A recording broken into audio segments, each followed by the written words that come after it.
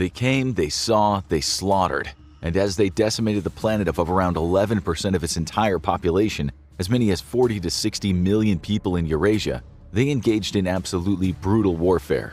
This is what you get when you mess with us, was the message they left in their wake, walking away from mountains of skulls, from great piles of hacked up bodies, where sometimes even the household pets were impaled. The Mongols weren't just unstoppable, they left the scariest calling cards in military history. Today we're going to focus on the greatest of all Mongolian warrior rulers, Genghis Khan, the man who brought together and unified the nomadic tribes of Mongolia. With him at the helm, the Mongol Empire became one of the greatest continental empires in history.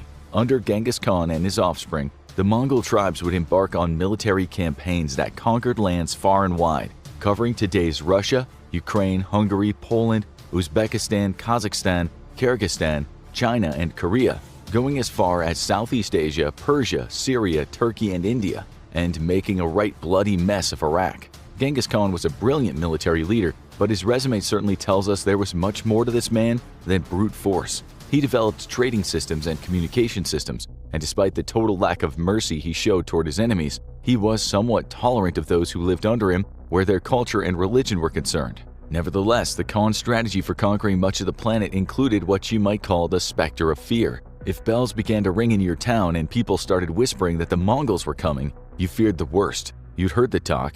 They didn't just conquer, they annihilated. The Mongols didn't take many prisoners, but at least they usually issued a warning. Submit to us or face our wrath. Take the knee and pay tribute, or we will unleash a hell on you that you couldn't have even anticipated in your worst nightmares. If war can be avoided, good. If not, so be it. We've warned you. That's us paraphrasing, but as you'll see now, it's what happened.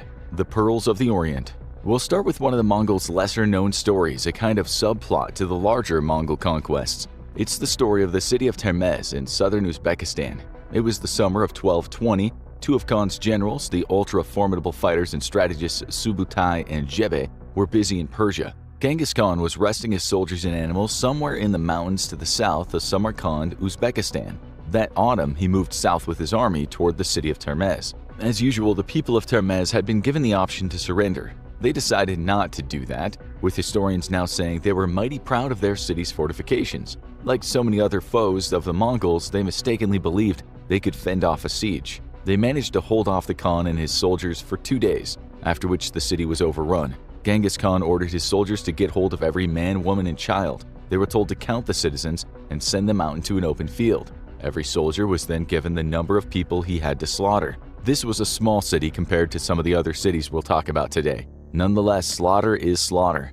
As they got to the end of the massacre and the groans and screams were fading, a woman was seen running away. She was soon caught, but before they killed her like the rest, she presented a bargain. She told them she had swallowed a large pearl and they could have it if they spared her. Instead, they disemboweled her on the spot, and lo and behold, she hadn't been lying about the pearl.